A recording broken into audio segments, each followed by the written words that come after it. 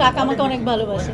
আর আরেকটা গুণ হচ্ছে যে কাক কাক অনেক নিঃস্বার্থপর একটা প্রাণী। সেই তো বুঝে শুনে আমার সাথে, হ্যাঁ, আমার রিভেঞ্জ কিন্তু আমার কাকরা নিবে, প্রতিশোধ। না, আমি বিশ্বাস করি না যে আমি প্রতিশোধ নিব। আমি সেটা ছেড়ে দেই সৃষ্টিকর্তার কাছে এবং আমি ছেড়ে দেই নেচারের কাছে।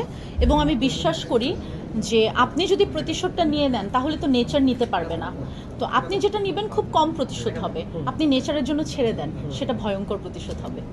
আমি পৃথিবীর সব কাককে ভালোবাসি এবং আপনারা দেখেছেন কিছুদিন আগে আমি যখন শ্রীলঙ্কায় ছিলাম, শ্রীলঙ্কার কাকরা আমার কাছে চলে আসছে। ওরা তো আর আমার বাসার কাক না।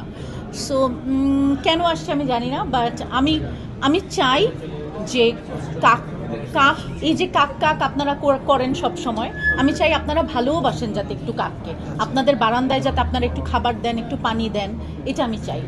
ভালোবাসার উৎপত্তি তো বলা যায় না। এটা এটা আমি আসলে ঠিক কোন দিন আমি কাকের প্রেমে পড়লাম সেটা আমি বলতে পারবো না। তবে আমি যেটা বলি সবসময়, আমি পুরান ঢাকায় বড় হয়েছি এবং পুরান ঢাকায় অনেক কাক। এবং আমাদের ঢাকা শহরে আমরা প্রথম পাখি কি দেখেছি? আমরা তো কাকই দেখি। আমাদের শহরে তো আমরা টিয়া পাখি অহরহ দেখি না, বা আমরা অন্য ধরনের পাখি তো আমরা দেখি না। তো খুব স্বাভাবিকভাবেই আমি যখন কাক প্রথম দেখেছি, তো আমার প্রথম পাখি দেখা হলো কাক পাখি। তো প্রথম যে পাখি দেখেছি সেই পাখির প্রেমেই পড়েছি এবং সেই পাখির প্রেমেই এখনও আছি এবং সারা জীবন থাকবো।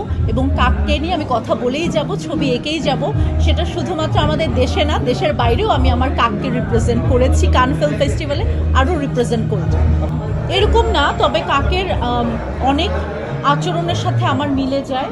আমাকে যদি কেউ এক গ্লাস পানিও খাওয়ায়, আমি তাকে মনে রাখার চেষ্টা করি। এবং কাক একটা জিনিস করে, সেটা হলো কাক সবসময় খুব সৎ। এবং কাক এরকম, ধরেন সে তার মা বাবা, তার পার্টনার, রাইট, আমরা তো আর চিনি না কে তার মা কে তার বাবা। তো কাক খুব লয়াল একটা প্রাণী, ঠিক আছে? সো আমার মনে হয় আমিও ভীষণ রকম লয়াল। সেটা তো মস্কোতে গেল, তো এটা আরও হয়তো ফেস্টিভ্যালে আসবে, ফেস্টিভ্যালে দিবে। তো কোনোটায় আসতে কম্পিটিশনে থাকতে পারে, কোনোটায় থাকতে পারে না। অলরেডি আমরা অনেক ফেস্টিভ্যালে দিয়েছিলাম, বাট মস্কোতে আমরা সিলেক্টেড হয়েছি। তো দেশে আসলে রিলিজ পাবে কবে সেটা আমি জানি।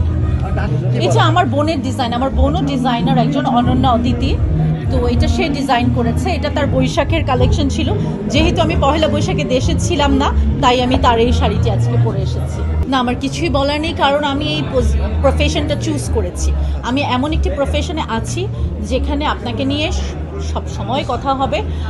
You can't help it, right? So এটাকে আমি যদি কমপ্লেইন হিসেবে নেই, সেটা খুব হাস্যকর হবে।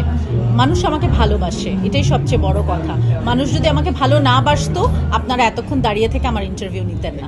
আপনারা তো দেখেছেন আমার পেজে আমি অনেক ছোট ছোট ভিডিও দিয়েছি। তো তারা আসলে খুবই এক্সাইটেড হয়েছে আমাকে দেখে এবং তারা খুব প্রশংসা করেছে।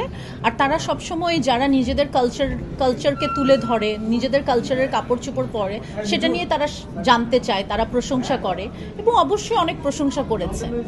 তারা তো প্রথমত যেটা আমি বললাম, যে তারা তো আমার ড্রেস নিয়ে জিজ্ঞেস করেছে, যে শাড়ি আছে, এটা কি ড্রেস, এরকম এই ধরনের। তারপর তো আমার ক্যারেক্টার নিয়ে জিজ্ঞেস করেছে এবং আমি যে ক্যারেক্টারটি করেছি, প্রিন্সেস ক্যারেক্টার, সেটা নিয়ে জিজ্ঞেস করেছে। এবং ওই সিনেমাতে আমি অনেক মোটা, ঠিক আছে, আরও 11 কেজি বেশি, তো সেটা নিয়ে জিজ্ঞেস করেছে। এরকম নানান কিছু, ফিল্মস, মি মাইসেলফ, এসব। কাকের গুণ, কাকের প্রথম গুণ হচ্ছে কাক আমাকে অনেক ভালোবাসে। এটা হচ্ছে কাক আমাকে অনেক ভালোবাসে। আর আরেকটা গুণ হচ্ছে যে কাক অনেক নিঃস্বার্থপর একটা প্রাণী এবং কাক অনেক লয়াল, যেটা আমি একটু আগে বলছিলাম।